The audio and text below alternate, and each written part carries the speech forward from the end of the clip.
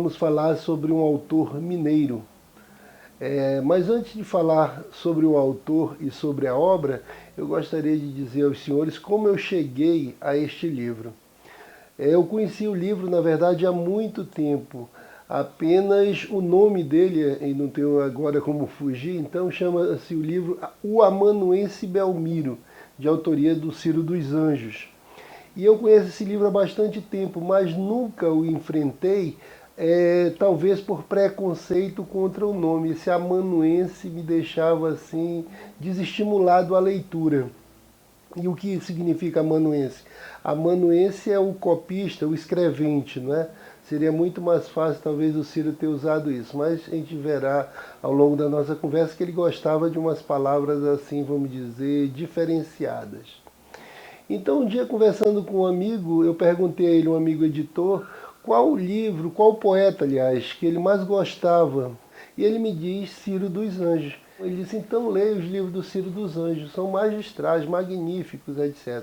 Eu fui, então, a partir desse conselho, e adquiri esse aqui, ó. Olha o estado que esse rapaz se encontra. Eu adquiri esse livro no dia... Eu costumo anotar o dia que eu comprei e o valor. Eu comprei ele em Santos no dia 1º/8 por R$5. É que a cola, o livro já é tão antigo que a cola foi se desfazendo ao longo da leitura, não é? Certo é que eu comprei nesse dia e terminei de lê-lo no dia 9/8 do mesmo mês, do mesmo ano, claro, a 00:51 desse dia. E, claro, eu não me dediquei, óbvio, só ao livro, meus afazeres normais, mas quando podia eu voltava ao livro. Então, foi uma leitura muito rápida. E por que foi rápida? Porque o livro é simplesmente fantástico, o autor é magistral realmente, magnífico. O Ciro dos Anjos me encantou. O Ciro, como eu disse, usa algumas palavras assim que não são do dia a dia, não são rotineiras. O próprio título, como eu disse, mas ele também tem uns personagens que chama, por exemplo, Abundâncio. É uma sugestão quando tiver um filho colocar. Ou o Redelvim. Outro nome que ele usa muito é a Dona Paculdina. São estranhos, né, esses nomes. Então esse é esse tipo de linguagem que o Ciro usa, mas não se espantem com isso não. É apenas gracejo. O Ciro é profundamente gracejador, lírico, poeta, encantador. Então essa cara que o Ciro faz aí na foto, vejam como ele é bem brincalhão. Ele brinca com tudo, brinca com as palavras, brinca com tudo. Realmente encantador esse autor, que eu levei tanto tempo para descobrir, já que o Amanuense Belmiro foi publicado em 1937. Então, eu gostaria de dividir alguns trechos, alguns excertos do livro do Ciro dos Anjos, apenas para estimulá-lo à leitura, tá certo? Vamos lá? Ele disse a uma amiga que queria escrever um livro, não é? E a amiga ficou admirada. Por que um livro? Foi a pergunta que me fez Jandira, a quem há tempos comuniquei esse propósito. Já não há tantos, por que você quer escrever um livro, seu Belmiro? Respondi-lhe que perguntasse a uma gestante por que razão iria dar à luz um mortal, havendo tanto já, né? Se tivesse de bom humor, ela responderia que era por estar grávida. Sim, vago leitor. Olha, esse vago leitor é uma remissão que o Ciro faz, uma homenagem que ele faz ao Dom Quixote, né? Que eu disse lá quando nós falamos do Dom Quixote, que ele conversa com o leitor. Lá o Dom Quixote fala o desocupado leitor. Aqui o Ciro conversa com o leitor dizendo, e ele confessa, na obra fica dito mais de uma vez que ele é conhecedor e leitor do Quixote. Sim, vago leitor, sinto-me grávido ao cabo, não de 9 meses, mas de 38 anos. E isso é razão suficiente. Posta de parte a modéstia, sou um amanuense complicado. Isso é a personalidade realmente do autor do livro, dá pra gente perceber. Meio cínico, meio lírico, e a vida fecundou-me a seu modo. fazendo-me conceber qualquer coisa que já me está mexendo no ventre e reclama autonomia no espaço. Ai de nós, gestantes. Não é magnífica essa passagem, esse trecho? Diz ele: ali pelo 8º chope, chegamos à conclusão de que todos os problemas eram insolúveis. Florencio propôs então o 9º, argumentando que esse talvez trouxesse uma solução geral. Então quem bebe sabe que nas mesas de bares são feitas grandes revoluções. Porventura chegou também à conclusão de que a vida é breve e a arte longa, e cuida de tratar o irmão corpo com o bom vinho e a boa vianda. Viva Florencio, o homem sem abismos. Outra, a euforia que o chope traz. A vida se torna fácil. Então, o álcool, segundo o autor, e algumas pessoas que bebem dizem que a vida facilita. Eu não vou dizer que bebo, que eu não gosto de falar de certas intimidades alcoólicas. E eu acredito que o próprio autor também fosse um boêmio, porque para descrever, fazer a descrição que ele faz do boêmio, só sendo boêmio, eu não podia ouvir uma sanfona. O que hoje me sucedeu é bem um sinal dessa luta interior. Eu ia atento e presente, em busca de um bonde e de Jandira.